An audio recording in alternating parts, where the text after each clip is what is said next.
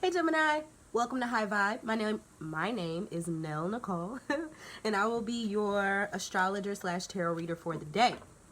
If you're new to my channel, welcome. If you're not new to my channel, welcome back. Okay.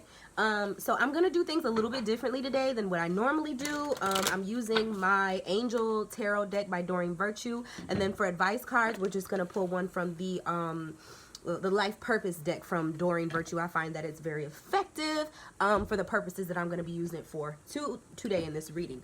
Another thing that I want to switch up a little bit is I want to incorporate more astrology into these readings. So we're going to start with the little astrological breakdown. Sorry, I'm going so fast. I'm trying to learn how to fit my readings into 15-minute slots. Okay, so bear with me.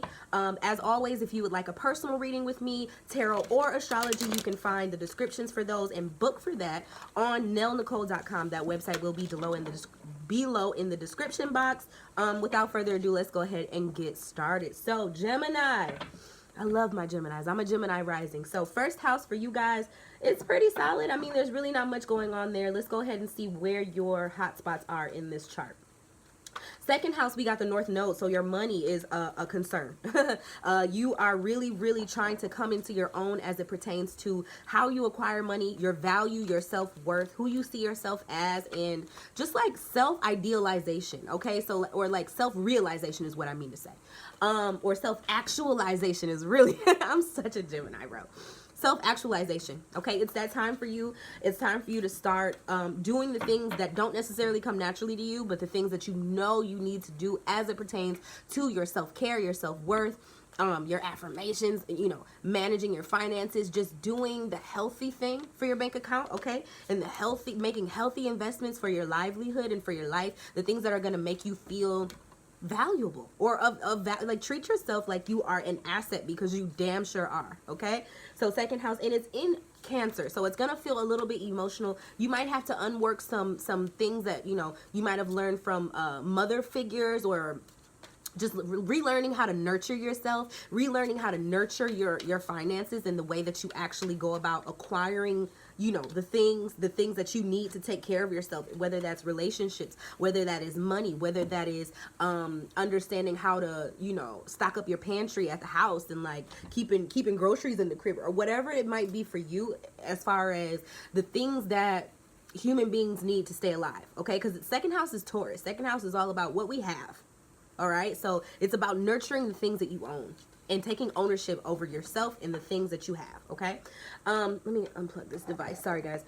Next thing that's coming out to me is 2, 3, 4, 5, 6. In that sixth house, okay, so house of everyday workings. All right, your health, your domestic tasks and responsibilities. You have Mars and Mercury there, and so that's gonna look a lot like you taking initiative to get on track, whether that's with your daily routine, if it's with just structuring your household, okay, taking care of your health. I'm really seeing you guys take initiative as it pertains to like what it is that you're eating, drinking enough water, making sure that you're being active enough, as your mind is there as well, because Mercury is in that same house, the sixth house in Scorpio. Scorpio just wants control. Wherever it is, it wants to be able to take a handle on things and steer it in the direction that's going to be of its own highest good. Okay, so that's a really positive thing about Scorpio. And it's also about investigating, doing deep investigative work to better yourself. So I mean, you might be looking up some new diets, or maybe some new supplements to take, or maybe a new workout routine, a new regimen. I know all of this is actually ringing very true for me, and I haven't looked at this chart, and so it's kind of tripping me out, but yeah, dope. And also just really wanting to do what's going to be best for your mentality. So making sure that you're getting enough rest every night, making sure that you are doing what it takes to make sure that your mind is clean and free. Okay, so that you're able to hold space to, like when you're stressed out, you experience inflammation in your body, and it's like you realize that you're just not willing to put yourself out there in that way anymore. You really want to, put more effort and take more action as it pertains to like taking care of yourself. All right, spiritually and physically, mentally and physically. All right, so with that seventh house, you got the sun there in Sagittarius. Your relationship house is highlighted. I don't know if there might be people that are trying to come around you now, right? They want to see things from your point of view now, or maybe you're seeing yourself as just way more open to explore. Okay, Sagittarius is on your natal 7th house. And so with that being said, this is affecting anywhere that you have one-on-one relationships with people. And it's just about your ego and about how you bring your ego into being when it comes to like situations concerning you and other people. I know that every year around this time, I'm like going through like, dang, this time last year I was friends with this person, that person. Now I don't see them no more, you know, or now I had to cut them out, or now was that a good decision? Was that a bad decision? Like, it's been 12 months, you know. I always go back around to like checking in on myself as far as like the metamorphosis of my social life when it comes to this point, especially as it pertains to like one-on-one relationships. So yeah, I say be open to experiencing new, fun, exciting experiences, okay? And also be open to learning about the ways in which other people see things. Like, don't be afraid to change up your perspective. There may be a very close person to you that comes in and tries to enlighten you on a certain level. Don't, you know, because Geminis can get offended. I'm gonna be honest. They think they're like the smartest person in the room a lot of times. Like, I'm one of them. It is what it is. But yeah, just be open, okay? Listen. Do a little bit more listening than you do talking, okay? So let's go next. That eighth house is in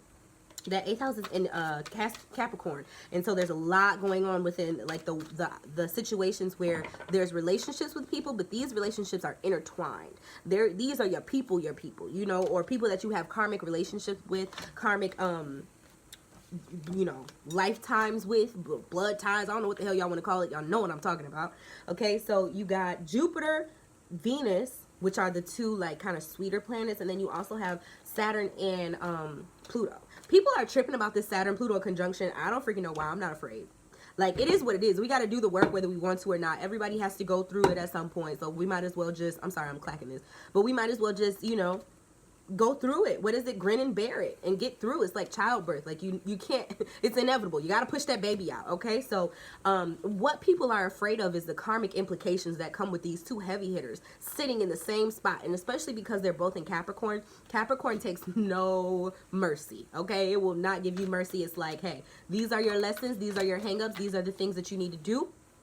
These are the things that you need to accomplish. These are the checks that you need to, you know, the checks and balances of your life.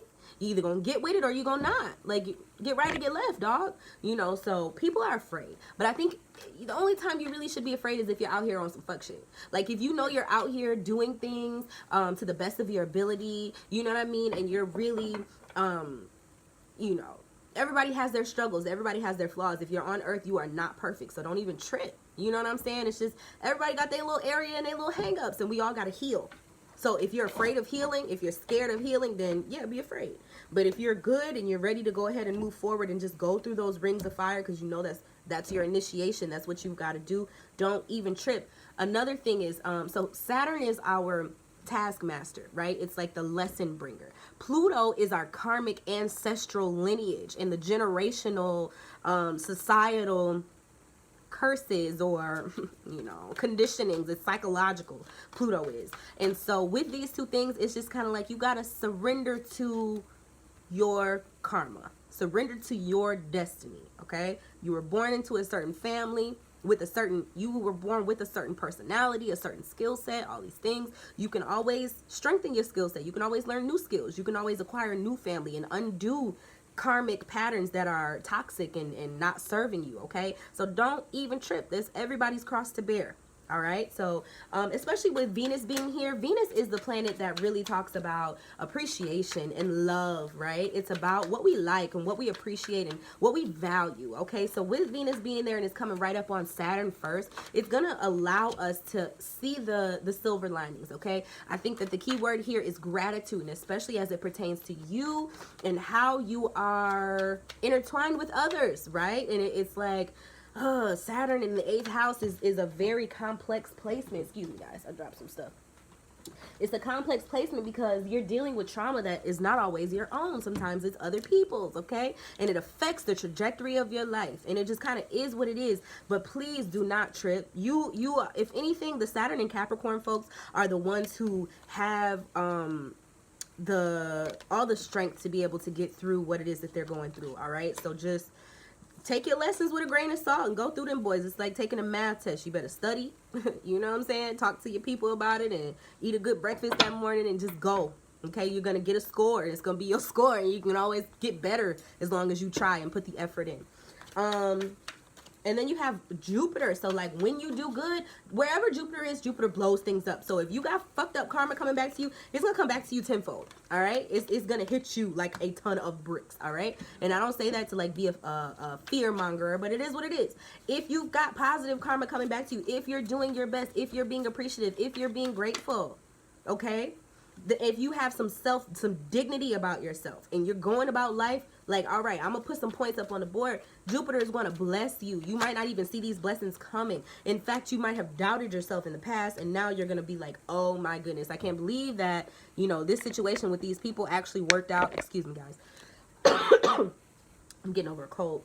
You're going to be like, wow, I can't believe this situation kind of worked out way better than I thought it would.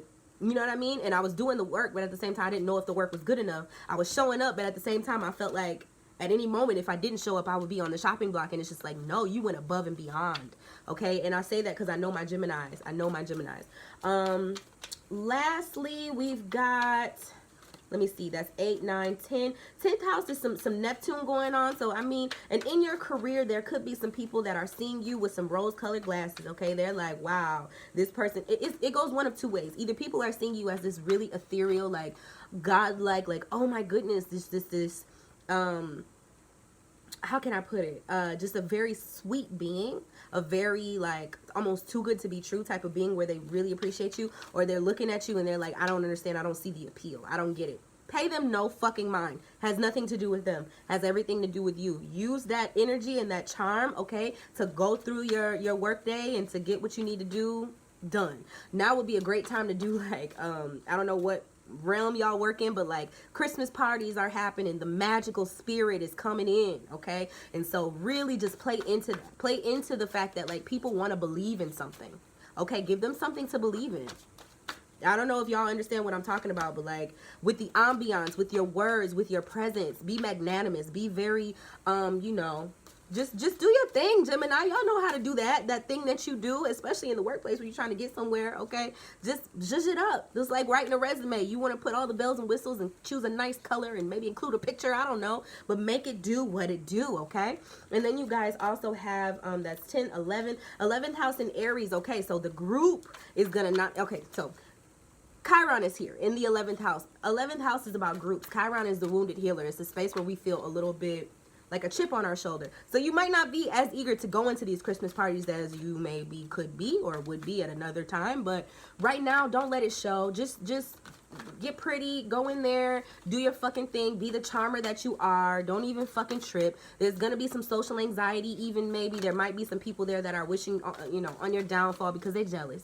All right, it is what it is. With that Aries in the 11th house, you stick out like a sore thumb. You are always like the one in the room who is the initiator and you take charge and people respect you, okay? It is what it is. But you might not see yourself that way. You might be feeling like, oh, am I doing too much? Like that Aries, I was just telling Aries in their reading actually, because they had Chiron in the first house. And so I said, don't water down your personality for fucking anyone, okay? These people are weak as fuck. Do you. And then there's also the moon there. So you might be feeling a little bit vulnerable as it pertains to groups. So parties, even for the holiday season, okay, going around family and stuff like that, it could be a little bit, you know, you might be a little bit on edge, but just don't even trip. Be your normal self. Be like, go into it being the sergeant, being in control of yourself, being your own authority figure, okay, and you will be fine. That 12th house in Taurus, you got Uranus there, so your subconscious mind might be throwing you for a little bit of a loop, okay? Don't even trip. Allow yourself to change your mind. Allow yourself to be spontaneous.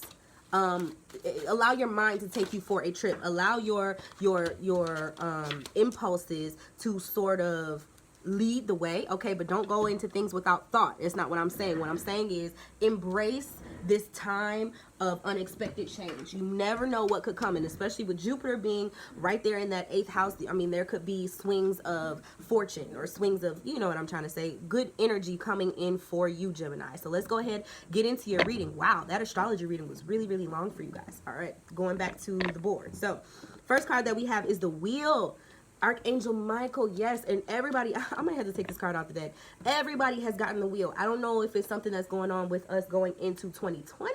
But yes, honey, like it is definitely time for us all to transform, transform. I keep hearing the word metamorphosis. It's time for us to move forward in life. It says a time of positive change. A situation suddenly moves forward. Fortune is on your side. On top of that, we have release. So I think, I mean, if you're experiencing any sort of weird anxieties, and the number on the top of the card is 13. 1 and 3 derived to a 4. So it's time to get really, really grounded. Release anything that's making you feel doubtful, that's making you kind of be a little bit too cerebral, like Geminis can tend to get when they, you know, are a little bit nervous or not sure of themselves, or whatever the case may be. Allow yourself to, it says the end of a phase or situation. If you are doubting yourself, let that shit go. It is what it is. And so it is, okay? You got the Queen of Fire here. Baby, you are on fire. You also have the 7 of Earth, so it's about long-term success.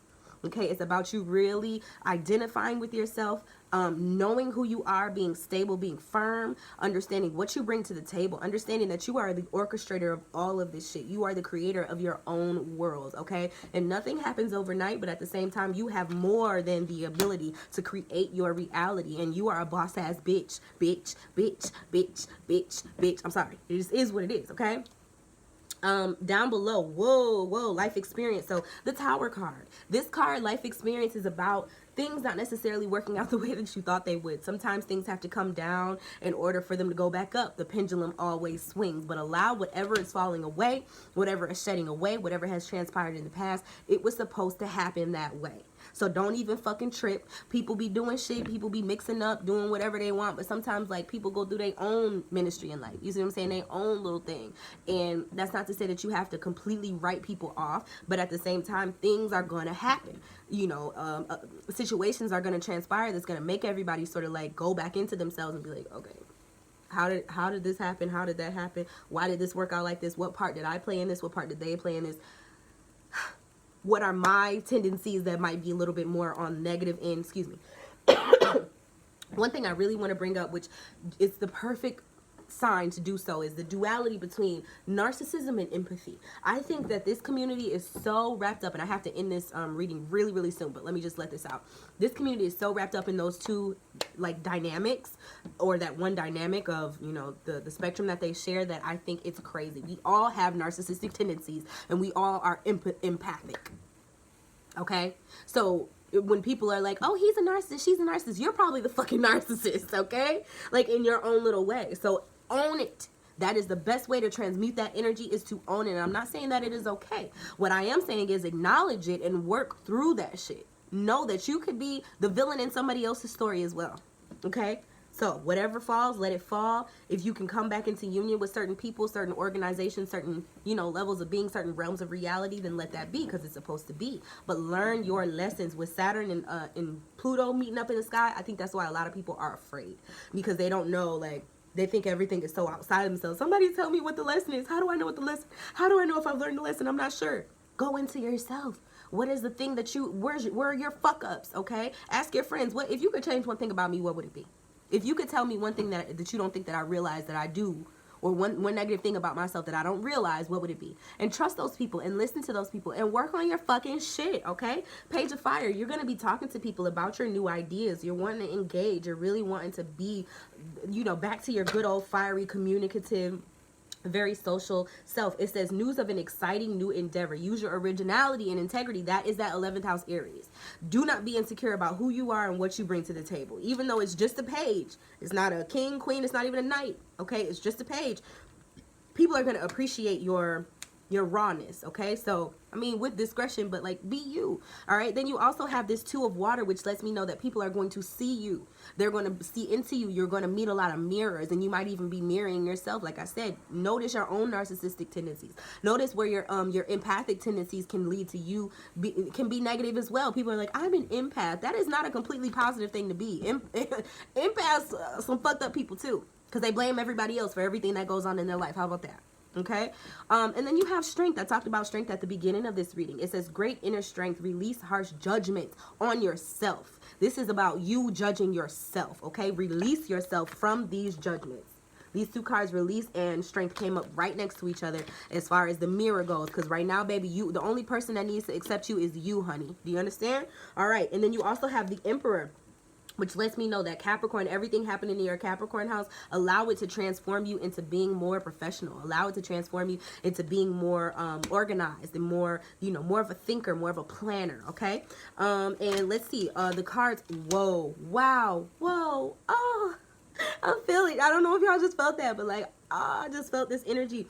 So I asked, what do you guys need to incorporate a little bit more into your lives? What energies do you need to go towards in order to feel the enrichment that comes from spirit, that comes from your highest self, and that leads you into your next level of growth so that you can be led along your highest path? And we have heart's desires and infinite abundance. Baby, it's your season. Don't even fucking trip. Like, none of this shit matters anymore. It says infinite abundance. You are fully supported as you devote yourself to your divine life purpose. This is about you and your purpose. Initiate that shit. You understand? And it's heart desires. The angels are supporting, guiding, and protecting you as your dreams become a reality. I love you so much, Gemini. I have to end the reading here. As always, if you like a personal reading with me, go to nellnicole.com. You can hit me up on Twitter. Hit me up on Instagram at nellnicole. I'm on there all the time. And if you have any inquiries or anything like that, nell4highvibe@gmail.com. All that is in the description below. Don't forget to like, subscribe, and share this video with some other Geminis that you know. And also watch videos for your sun, moon, and rising. And I'll check y'all later. Love y'all. Peace.